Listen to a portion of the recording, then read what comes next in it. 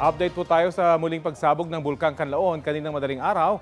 May ulat on the spot si Eileen Pedreso ng GMA Regional TV. Eileen?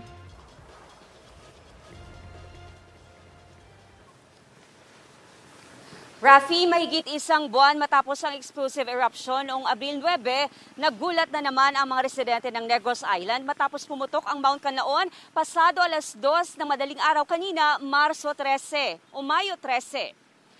Makikita ang incandescent pyroclastic density current na ibinuga ng bulkan kasabay ng pagputok nito. Umabot sa 3 kilometro ang lawak ng IPDC na ibinuga nito. May makapal na aburing bumalot sa mga kalsada at mga bahay. Gaya na lang dito sa Barangay San Miguel at Barangay Araal sa La Carlota City. Naabutan pa ng news team na nakapayong ang ilang residente sa kalsada. Patuloy kasi ang pagpatak ng manipis na abo.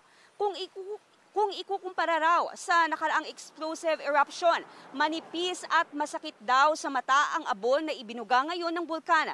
Kaya perwisyo sa ilang residente, lalo na sa kalusugan.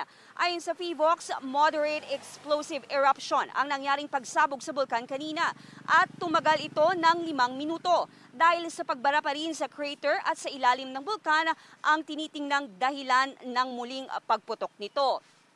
Rafi, paalala ng PHIVOLCS sa mga residente na magsuot pa rin ng face mask at umiwas muna sa mga outdoor activities. Balik sa inyo dyan, Rafi.